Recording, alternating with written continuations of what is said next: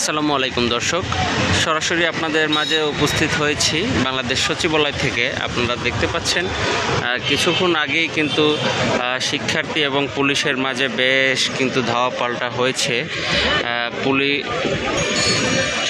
বর্তমানে police, BGB, answer সহ সকলে এবং র্যাব সহ সকলে মিলে কিন্তু পরিস্থিতি নিয়ন্ত্রণে এনেছে। আন্দোলনকারীর মূল উদ্দেশ্য ছিল এইচএসসি যেই পরীক্ষার্থী ছিল তাদেরকে কোনো জাতীয় শোক দিবসেও শিক্ষা প্রতিষ্ঠানে পরীক্ষা নিয়েছিল, আজকে নেয়ার কথা ছিল। পরবর্তীতে রাত 2টার দিকে তথ্য সচিব থেকে জানানো হয় যে আগামীকালের পরীক্ষা স্থগিত। এই নিয়ে কিন্তু শিক্ষার্থীদের মাঝে ব্যাপক উত্তেজনা সৃষ্টি হয়েছে।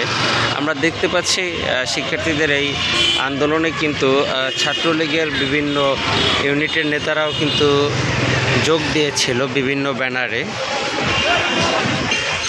বর্তমানে পরিবেশ শান্ত আছে। কিছুক্ষণ আগেই কিন্তু উত্তাল থমথমে পরিবেশ বিরাজ করেছিল বাংলাদেশ সচিবালয়ে।